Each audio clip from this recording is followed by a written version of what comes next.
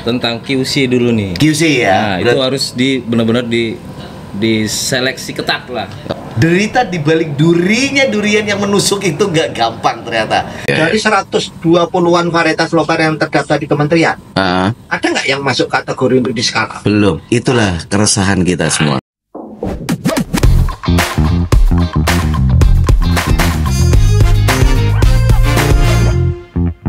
Selamat datang di meja panas saya yang selalu hangat. Kedatangan 3 tamu, ada Kang Mas Heri, datang jauh dari Purwokerto, Jawa Tengah, dan masih masuk teritori Republik Indonesia. Ada di bagian tengah dengan kaos hitam, Lik Arif, korek durian, datang dari Banyumas juga. Paling jauh. Dan saya pengen beliau memperkenalkan diri. Ada Bapak Rimbo Bujang yang datang dari Jambi. Udah kenalin ya. Ini jauh-jauh dari Jambi dalam rangka apa, Pak? Dalam rangka ngirim durian. Ngirim durian. Thank you teman-teman udah datang. Saya mau mulai dari Lik Heri. Ini bagaimana derita Anda dalam mengedarkan, memasarkan durian di wilayah Purwokerto dan sekitarnya? Saya menderita sekali. Menderita. Apa yang membuat Anda menderita? Durian kan sesuatu yang membahagiakan, laku Anda menderita, Pi.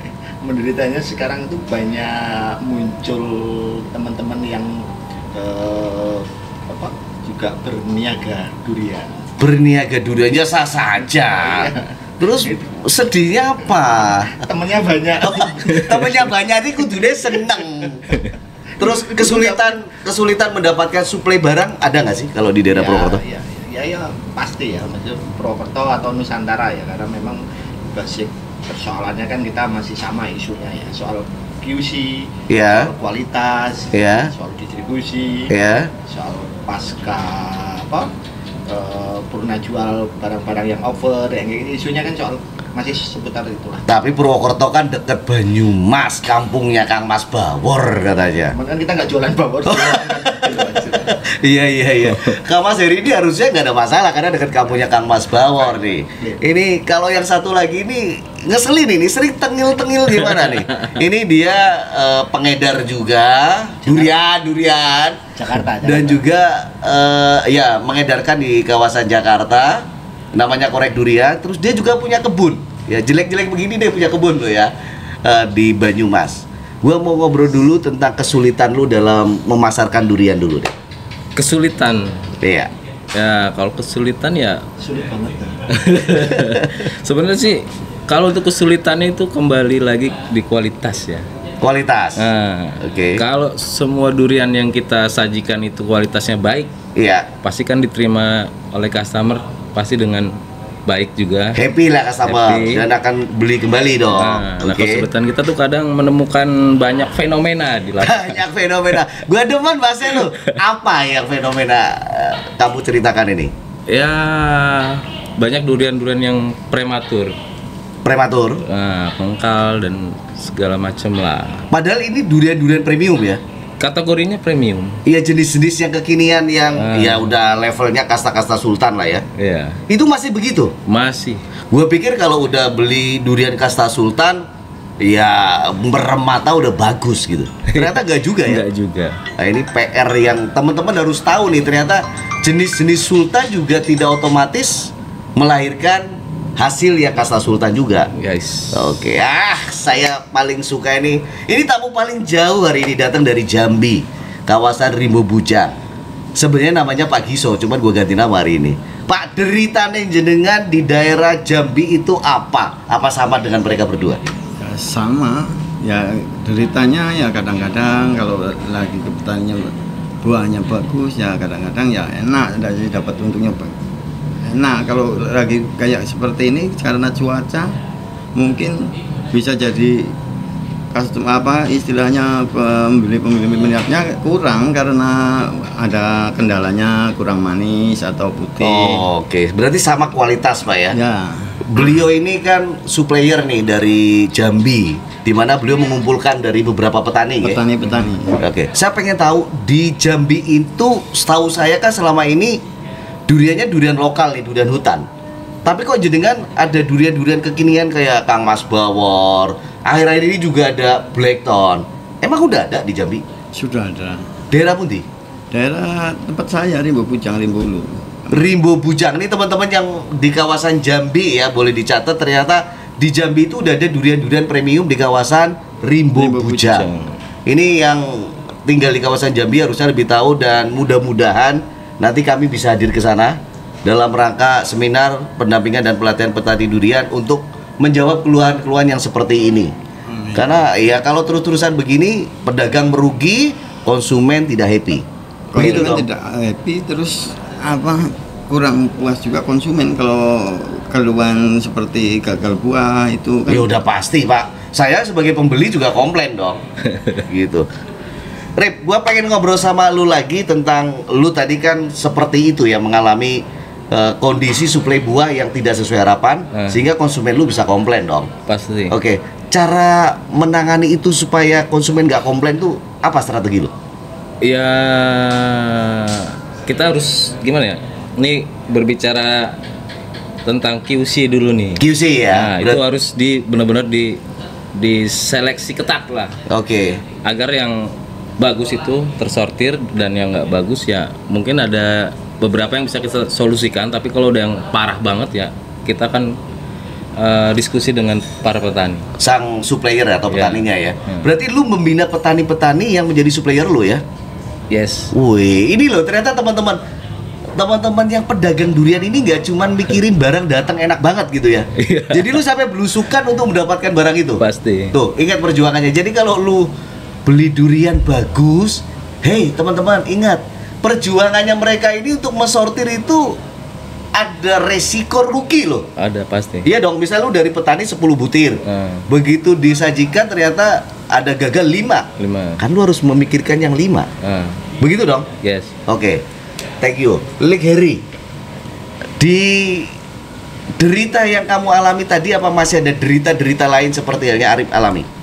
Ya sama, isunya sama lah, kita masih soal apa, kualitas, dua soal quantity, Oke.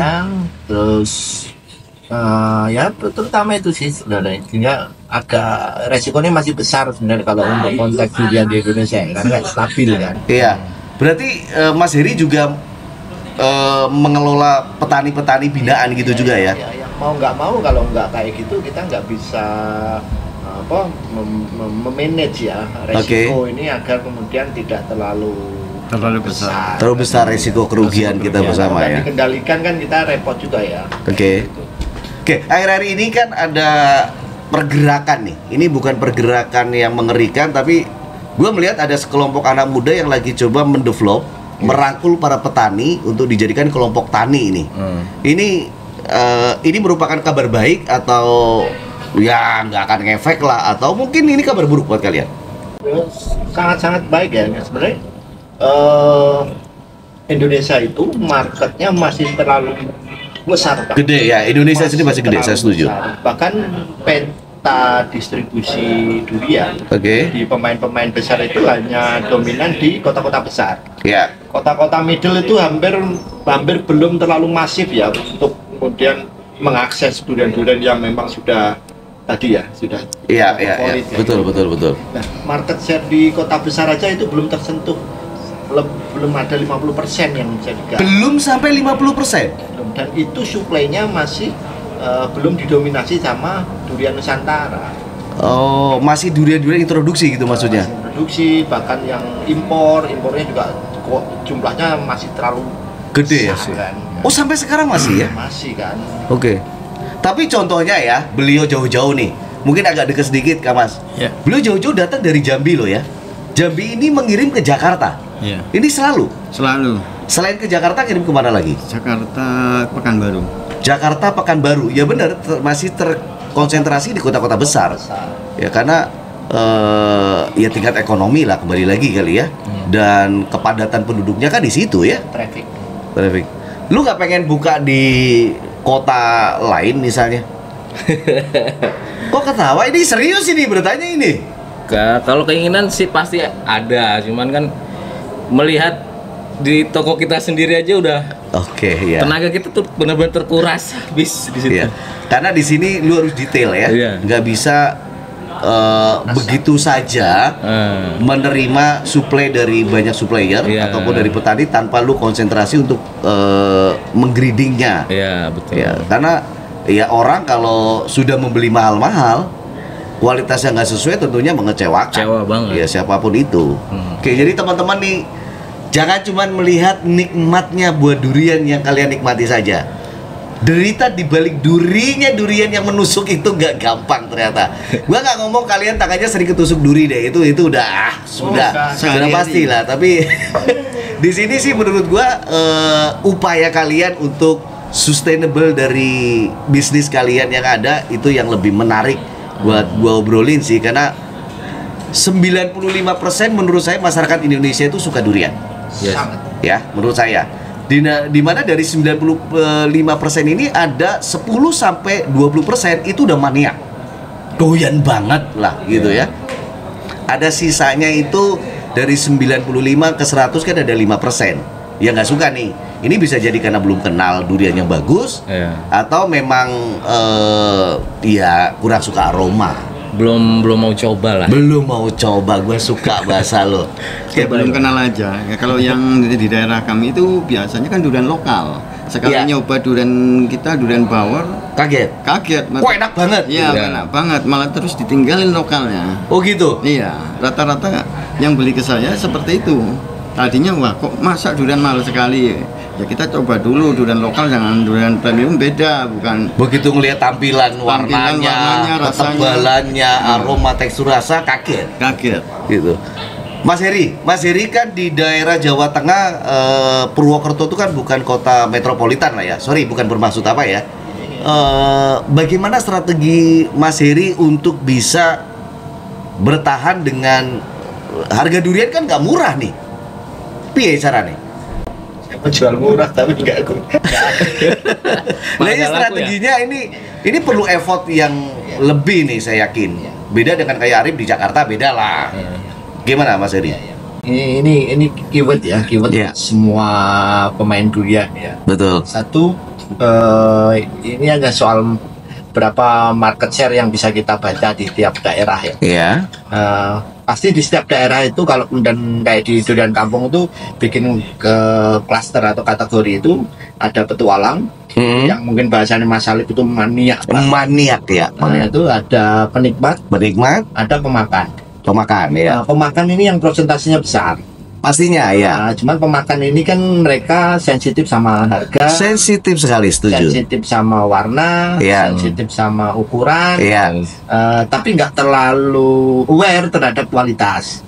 Kualitas yang menurut penikmat dan petualang itu kalau pemakan itu nomor 4. Oke.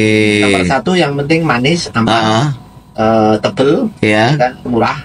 Oke. Nah, ini marketnya besar. Nah, ini juga menarik sebenarnya karena kita belum punya banyak alternatif produk yang bisa memenuhi ekspektasi ini. Sepakat. Selain montong itu belum punya varietas durian yang sudah masuk kategori produk. Produk itu dalam artian satu jenis itu satu jenis, satu karakter. Terus kemudian di mana-mana sama dan bisa di scale out. Montong mau dari Papua sampai ke Aceh itu pasti sama. Bawor nggak begitu kan? Nah, ini montong dulu. Montong dulu, oke. Kalau bawor agak spesifik. Montong itu kan manis, tebel. Terus secara produksi di kebun relatif lebih tidak bandel lah. Dengan varietas lain. Nah, ini mewakili market share yang besar. Paling besar ini ya? Iya, paling besar ini. Coba aja berapa ratus ton produksi montong Sulawesi yang hari ini tidak pernah bingung untuk memasarkannya. Dan itu aja belum terdistribusi semua. Dan kita belum punya varietas yang dia naik level menjadi produk. Nah, katakanlah dari sekian banyak di Jambi deh, ada nggak di Jambi durian lokal? Minimal yang masuk kategori dia manis, tebel, kemudian ditanam dimanapun dia adaptif, kan? Ada nggak? Nggak ada. Dari 120-an varietas lokal yang terdaftar di kementerian, ada nggak yang masuk kategori untuk di skala? Belum. Itulah keresahan kita semua. Itu artinya market share yang besar yang pemakan ini tergarap secara maksimal sebenarnya.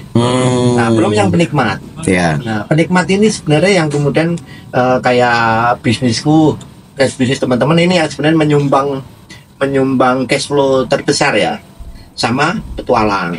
Tapi cash flow terbesar itu dari penikmat ini, orang-orang yang mau mengapresiasi durian dan paham bagaimana mencari durian itu yang enak. Gue suka banget nih penjelasan dia ini. Gue curiga kayaknya dia seniman banget sih, dari pola pikirnya, dari cara memahami karakteristik market lu bisa mengelompokkan itu. Dan sebenarnya kalau teman-teman seniman penyaji durian semuanya kayak Mas Heri, lu akan punya customer yang loyal harusnya. Karena lu bisa mengelompokkan itu dan lu tahu seleranya. Kasarnya kamu kan begitu. Nah, Rip, lu kayak gitu juga apa enggak? Selama ini punya apa ya? Pemahaman yang sama, pemikiran yang sama tentang hal itu. Ya, sama. Sama ya, 12. Satu guru satu ilmu. Beda daerah tetap sama ya. Sama. Ternyata komunitas penyuka durian ataupun penikmat durian, apapun itu bahasanya lah ya, yang menjadi marketnya mereka ini dalam mengemas bisnisnya menjadi penyaji durian. Oh ya, sorry, gue belum mengenalkan Mas Heri ini di Purwokerto namanya Durian Kampung. Kapan waktu teman-teman yang melewati Purwokerto, Jawa Tengah, jangan lupa cari yang namanya Mas Heri. Dia pengedar. Sekali lagi, dia pengedar. Cari di Google Map aja Durian Kampung Purwokerto. Wehehe, pengedar durian ya, pikirannya gitu. Dan kalau beliau namanya Pak Giso dari Jambi, Rimbo Bujang. Pokoknya kalau di Rimbo Bujang cari namanya Pak Giso, nggak ada yang nggak kenal. Kecuali orang yang belum pernah Rimbo Bujang, guys. Wajib itu Rimbo Bujang. Kenapa? Wajib harus Rimbo Bujang. Wajib ya. Oke, ini undangan langsung nih teman-teman di Jambi. Mudah-mudahan banyak yang nanti mensupport kegiatan kami. Dengan apa yang beliau ceritakan tadi dan teman-teman semuanya mengamini hal yang sama tentang permasalahan memasarkan durian itu sebenarnya bukan marketnya kalau menurut gue ya. Karena marketnya masih gede banget, terlalu ya. Tapi kesulitan beliau dalam mendapatkan jaminan suplai dengan kualitas yang jelas itu menjadi PR besar. Dan iya, mudah-mudahan langkah kami di eksplorasi durian Nusantara dalam memikirkan hulunya bisa bersinergi semuanya dan saling menguntungkan. Thank you semuanya teman-teman. Obrolan hari ini bersama eksplorasi durian Nusantara yang akan bikin Indonesia mendunia. Mangkat. siap.